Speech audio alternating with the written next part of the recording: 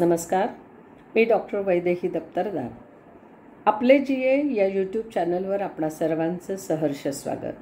आपण ऐकतोय जीएनच्या कथा. पॉप्युलर प्रकाशनने प्रकाशित केलेल्या रक्तचंदन या कथासंग्रहातील सोडवण ही कथा मी वाचत आहे. आज त्याचा 4था भाग, सोडवण भाग 4. एक माणूस मात्र धीट होता. तो समोर आला आणि फाटकांच्या पोटात बोट टोचू लागला. विरळ झालेले केस, पिकल्यासारखा तुकतुकीत चेहरा, बोटावर जाड अंगठी. तो सारखा टोचत होता. फाटकांनी एकदम मान हलवले. बाजूचे जीवन सैलावले. सगळ्यावर चढलेला बुरशीसारखा थर स्वच्छ झाला. समोरचा माणूस रामदास दिवगी होता. इतर वेळी फाटकांनी त्याला मैलावरून टाळलं असतं, पण या परक्या विरोधी जगात ओळखीचा चेहरा दिसताच फाटकांना बरं वाटलं. त्यांनी त्याचा हात घट्ट धरला आणि तो पंपासारखा हलवू लागले. अरे तू काय झोपेत चाललायस की काय? 4दा डिवचलं तरी होऊ नाही की चू नाही? दिवगी हसून म्हणाला. फाटकांनी त्याचा हात सोडला आणि संधी आहे तोच निघून जावे असे त्यांना वाटू लागले. पण त्यांचा घसा कोरडा पडला होता. एक जुनी आठवण, सुख जागं झालं होतं.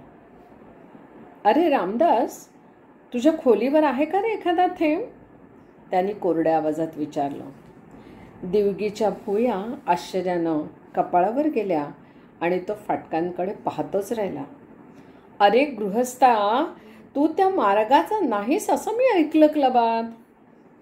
कितीतरी वर्षांनी आज मी घेणार आहे. आता काहीतरी हवंय. दिवगीने एकदम कॉलेजमधील दिवसांची आठवण देणारी थाप त्याच्या पाठीवर मारली. ते दोघे दिवगीच्या खोलीकडे गेले. दिवगी कृष्णविलासमध्ये कायम खोली घेऊन राहत होता. तो कुठल्या तरी पोहण्याच्या क्लबचा पगारी सेक्रेटरी होता. कॉलेज संपल्यावर दिल्ली नागपूर करत तो 4-6 वर्ष भटकला. नंतर स्वतःचे घरदार विकून केम्ब्रिजला गेला. तेथे 7-8 वर्ष राहूनही काहीही न करता तो परत आला. तेव्हापासून खानावळीत राहतो, स्टॅनले गार्डनर विकत घेऊन वाचतो आणि क्षणाक्षणाला पिकत जाऊन नाचतो. कितीतरी वर्षानंतर फाटक दिवगीसमोर बसले होते. कॉलेजात असताना ते तासनतास बडबडत, पण नंतर शालू आली. ती झगझगीत हसली आणि तिनं फाटकांशी लग्न केलं. दिवगी असाच भटकत गेला आणि शेवटी कृष्णविलासमधील या खोलीत वाळूवर येऊन पडला. येथे आल्यावर फाटकांनी त्याला पूर्ण टाळलं होतं, पण आता ते मात्र कृतज्ञतेने त्याच्या मागोमाग खोलीत गेले. दिवगीनं दरवाजा लावला आणि एका खुर्चीवरील मळके कपडे बाजूला करून फाटकांना बसण्यासाठी जागा करून दिली.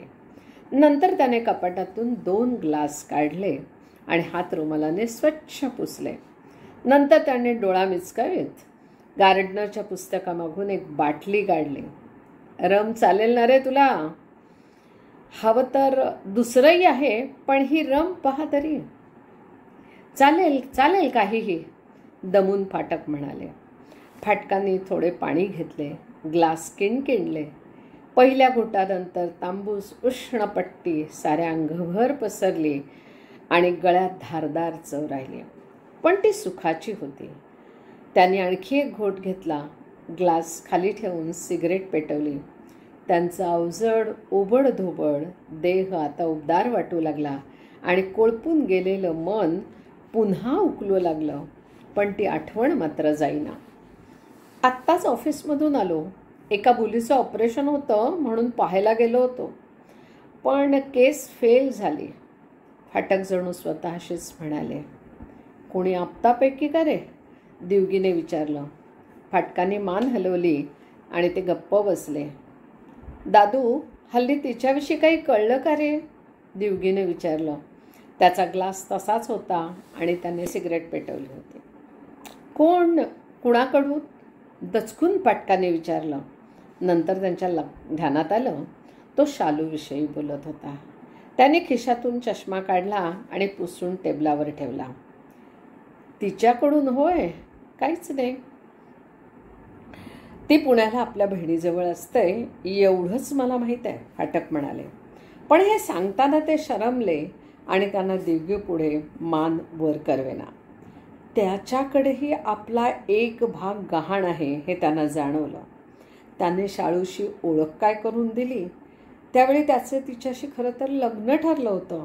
केम्ब्रिजला 2च वर्षे राहून तो परत येऊन तिच्याशी लग्न करणार होता. फाटकांनी त्याला बातमी सांगितली. खुळा चेहरा करून तो एकदम मटकन खुर्चीत बसला होता. तो लग्नाला आला नाही की त्यानं पत्रही पाठवलं नाही. काय रे रामदास, तू काय मी काय, आता आपापले पार्ट संपून बसलो आहोत. खरं सांग, माझ्याविषयी तुला कधी द्वेष संताप नाही वाटला? आतल्या उष्ण सुखाने मनमोकळे होऊन फाटकांनी विचारले. दिवगी एकदम हसला. त्याच्या तकतकीत चेहऱ्यावर पुष्कळशा सुरकुत्या पडल्याप्रमाणे पुसून टाकल्यासारख्या नाहीशा झाल्या. द्वेष संताप नाही वाटला? तो म्हणाला, अरे 7-8 वर्ष मी सारखा जळत होतो. तुला आश्चर्य वाटेल, नाटक कादंबऱ्यात घडतं तसा वागलो मी, अगदी मूर्खासारखा. तुला माहीत नाही, मी एक लांब लचक सुरा विकत आणला होता. आता तसल्या सुराकडं नुसतं पाहिलं तरी हातपाय लटपटू लागतात. पण मी तो त्यावेळेला सारखा जवळ बाळगत असे. तो घेऊन मी तुला मारण्यासाठी तुझ्या त्या जुन्या बंगल्याकडे आलो होतो. शालू बाहेर गेली होती. ती मला बसस्टँडजवळ दिसली म्हणून मी आत शिरलो. पण तुझं नशीबच सिकंदर म्हणून तू वाचलास. तू आपल्या मुलीला घेऊन पोहायला गेला होतास म्हणून वाचलास. संध्याकाळी यायचा निश्चय करून मी परतलो. नंतर मला ती सारी हकीकत समजली. नंतर 8-15 दिवस सुरा बाळगून उगाच हिंडलो आणि शेवटी मी कुठंतरी फेकून दिला तो सुरा. असला माझा मूर्खपणा. दिवगी पुन्हा हसला. त्या दिवशी तू मला भेटला असतास तर आपण दोघंही आज इथं दिसलो नसतो. पायऱ्यांची मोठी विहीर, भेंडाची मोळी, डुबत हातपाय हलवणारी वृंदा, मोठ्या माशाप्रमाणे आपण फेऱ्या घालत होतो. विहिरीचा अजस्त्र काळा डोहा, त्यातील प्रतिबिंबाप्रमाणे आपण आणि वृंदा. मग डोळ्यातील बाहुली उघडते आणि वृंदाला आत बोलावून नेते. वृंदाचा हात धरून आपण तिला डोळ्यात नेलं, तिला मारलं. त्यामुळे आपण आपला प्राण वाचवला. या साऱ्या घटना एखाद्या गोष्टीतील असल्याप्रमाणे फाटकांनी तिराईतपणे पहिल्या व दुसऱ्या ग्लासही उचलला. त्या दिवशी मी मेलो असतो तर मला दुःख झालं नसतं असं ते म्हणाले.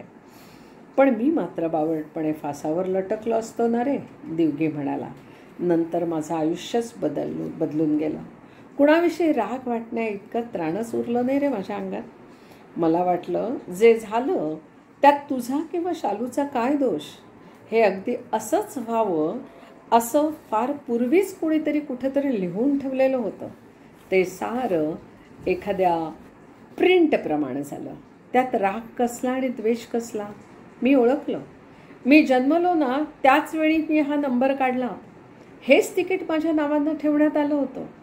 शालूशी भेट होणं अटळ, पण तसंच तिनं निघून जाणं हे देखील अटळच. सगळं अगदी पूर्वी व्यवस्थित ठरल्याप्रमाणे. मला या ठरलेल्या कार्यक्रमाची कल्पना नव्हती म्हणून मी वेड्यासारखा कुढलो, आदळापट केली. नंतर मी तुला कितीतरी वेळा भेटायचा प्रयत्न केला. प्रोफेसर मॅकमेरच्या पुस्तकांविषयी तू कॉलेजमध्ये असताना पेटल्यासारखा बोलायचंस. त्याच्याविषयी मला खूपच सांगायचं होतं तुला. तो माझा ट्युटर होता. फार विद्वान माणूस, पण मला आता वाटतं फार खुळाई रे.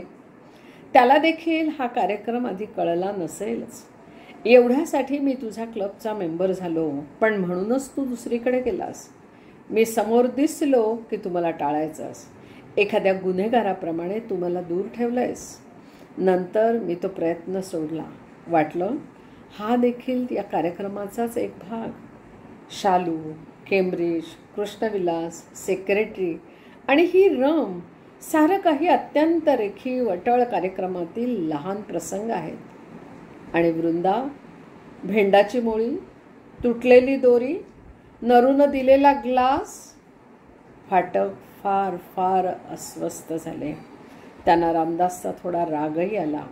रामदास, मग तू फार सुखी माणूस आहेस बघ, अत्यंत कडबडपणे फाटक म्हणाले. या भागात इथेच थांबूया. भेटूया पुढच्या भागात. आपले जिये या यूट्यूब चॅनलला लाईक करा, शेअर करा, सबस्क्राईब करा. मनःपूर्वक धन्यवाद.